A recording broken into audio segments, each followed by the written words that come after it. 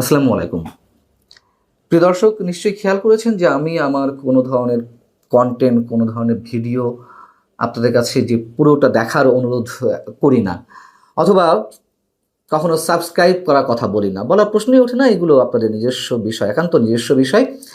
তবে আজকের এই কন্টেন্টটি বিশেষভাবে অনুরোধ করছি সম্পূর্ণটা দেখার জন্য। তার কারণ এটি সম্পূর্ণ না দেখলে এই ভিডিওর যে মেসেজ, যে গুরুত্ব, সেটি বোঝা সম্ভব নয় এবং অবশ্যই খুবই গুরুত্বপূর্ণ এবং স্পর্শকাতর মেসেজ এর মধ্যে রয়েছে বলে আমি মনে করি।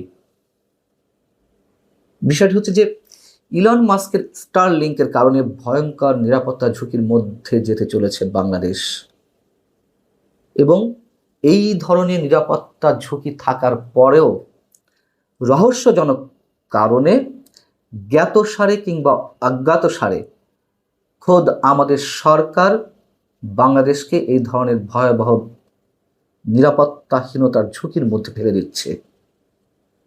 ঠিক এই ধরনের একটি চিঠি আমার হাতে এসেছে, আমি সেটি আপনাদের একটু দেখাতে চাই এবং একটু বলে রাখতে চাই, অতি সাম্প্রতিক সময় বাংলাদেশের তুমুলভাবে বিতর্কিত যে বিষয় দুই তিনটি রয়েছে, তার মধ্যে একটি মিয়ানমারের রাখাইনের উদ্দেশ্যে কথিত মানবিক করিডর দেওয়ার বিষয়। এটি তার সঙ্গেও ওতপ্রোতভাবে সম্পৃক্ত বলে আমার কাছে মনে হচ্ছে। একটু মনে করিয়ে দিই যে গত কয়েক মাস আগে আমাদের প্রধান উপদেষ্টা ডক্টর মোহাম্মদ ইউনূস নিজে ইলন মাস্ককে চিঠি লিখেছিলেন তার স্টারলিংকের মাধ্যমে বাংলাদেশে ইন্টারনেট পরিষেবা দেওয়ার জন্য যাবতীয় যা করার বাংলাদেশ সরকারের পক্ষ থেকে করা হবে এবং 90 দিনের মধ্যে তারা ইন্টারনেট সেবা দিতে পারে সেই ব্যবস্থা তারা করবে, এবং সেটি করা হয়েছিল কোনো ধরনের ফর্মালিটি ছাড়াই। বিশেষ ব্যবস্থাপনায় তাদেরকে লাইসেন্স দেয়া হয় এবং সেটি নিয়েও আমি প্রশ্ন তুলেছিলাম এর পেছনে বিশেষ কোনো রাজনৈতিক বা আন্তর্জাতিক ইস্যু জড়িয়ে রয়েছে কিনা। তো যাই হোক, সেই লাইসেন্স দেওয়ার পরে এখন লাইসেন্সের যে শর্তগুলো, সবচেয়ে বড় বড় যে শর্তগুলো, সেইগুলো এখন সেগুলোর ধার ধারছে না স্টারলিংক। কোনো ধরনের নিয়ম নীতি তারা তোয়াক্কা করছে না, এবং এই যে নিয়ম নীতি তোয়াক্কা না করা, সেটির কারণে দেশের গুরুত্বপূর্ণ স্পর্শকাতর তথ্য যে কোনো সময় দেশের বাইরে চলে যেতে পারে, পাচার হতে পারে। কিভাবে হতে পারে সেটি বুঝতে গেলে আমাদেরকে লাইসেন্স দেওয়ার যে গাইডলাইনের মধ্যে যে শর্তগুলো রয়েছে, তার মধ্যে দুই একটি খুব ছোট করে একটু আপনাদের সামনে তুলে ধরতে চাই। এই গাইডলাইনের সেকশন 15 অনুযায়ী চুক্তিবদ্ধ যে কোনো সংশ্লিষ্ট প্রতিষ্ঠানকে আগে আর্থ স্টেশন নির্মাণ করতে হবে। বাংলাদেশের যে কোনো ধরনের ডাটা ট্রাফিক আমাদের দেশের ইন্টারন্যাশনাল গেটওয়ে হয়ে পাস করতে হবে।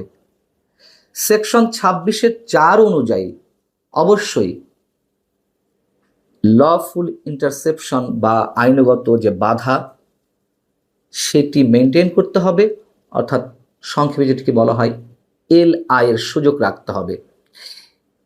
LI বা লফুল ইন্টারসেপশনের উদ্দেশ্য হচ্ছে ডাটা ট্রাফিক মনিটরিং করার জন্য DPI নামে আমাদের একটি স্থাপনা রয়েছে, যার মধ্য দিয়ে বাধ্যতামূলকভাবে ওই প্রতিষ্ঠানগুলোকে ট্রাফিক পাস করতে হবে। এই হচ্ছে মোটা দাগে যে গাইডলাইন রয়েছে তার দুটি শর্ত। অর্থাৎ বাংলাদেশ সম্পর্কে যে কোনো ধরনের স্পর্শকাতর বা গুরুত্বপূর্ণ তথ্য যাতে সংশ্লিষ্ট প্রতিষ্ঠান, ধরে নিন এক্ষেত্রে স্টারলিংক নিয়ে আলোচনা করছি, স্টারলিংক যাতে অন্য কোথাও পাচার করছে কিনা সেটি সহজে বাংলাদেশ কর্তৃপক্ষ বা বিটিআরসি মনিটরিং করতে পারে বিটিআরসির মাধ্যমে। এবং এই ডিপিআই বাংলাদেশের IIG অর্থাৎ ইন্টারন্যাশনাল ইন্টারনেট গেটওয়ের সঙ্গে সম্পৃক্ত। আমাদের একটু টার্মসগুলো খেয়াল রাখা দরকার।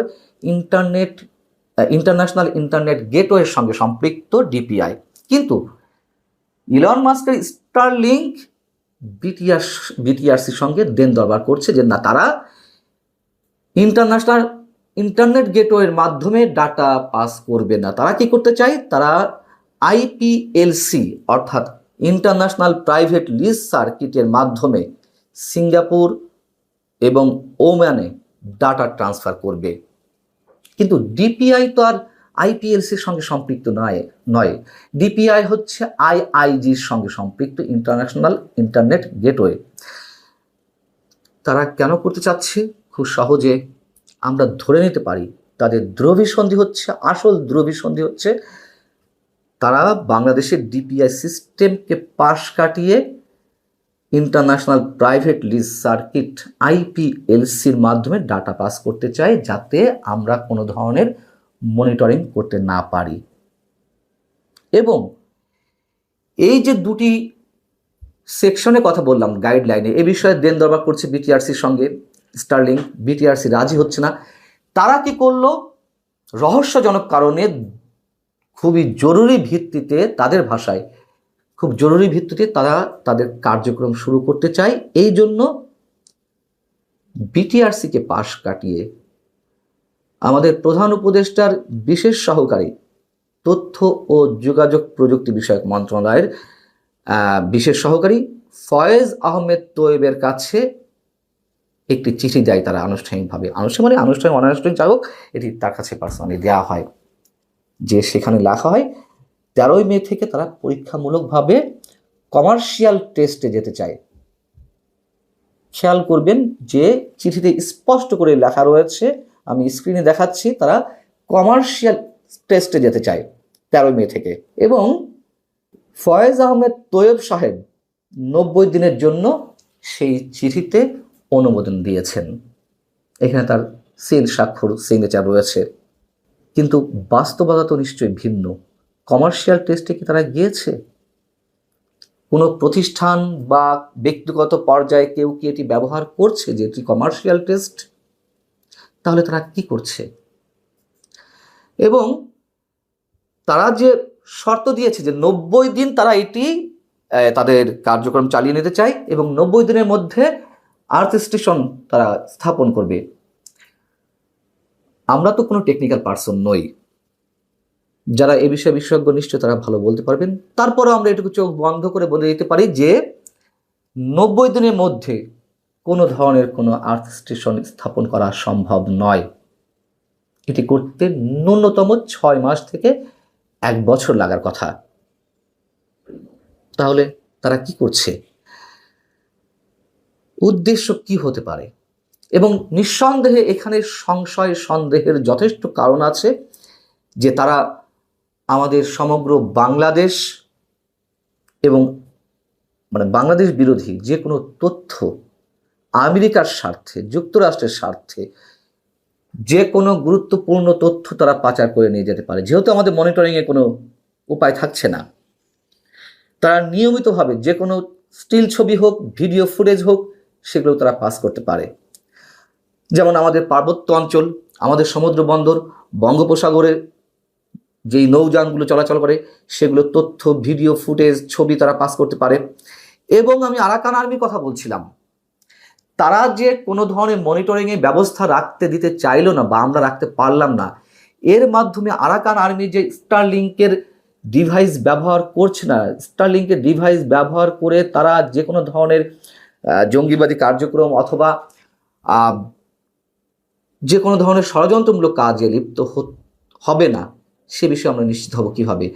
উদাহরণ হিসেবে যদি আমি তুলে ধরি, 2024 সেপ্টেম্বরে আপনাদের মনে আছে ভারতের মণিপুরে যখন জাতিগত সংঘাত শুরু হলো কুকি এবং মেইতেই গোষ্ঠীর মধ্যে, তখন সেই রাজ্যের দায়িত্বরত পুলিশ সদস্যরা একের পর এক তল্লাশি চালাচ্ছিল এবং এই তল্লাশি চালানোর সময়ে অনেক ধরনের আগ্নেয়াস্ত্র তারা উদ্ধার করলো এবং একই সঙ্গে সেখানে স্টারলিংকের ডিভাইস পাওয়া গিয়েছিল।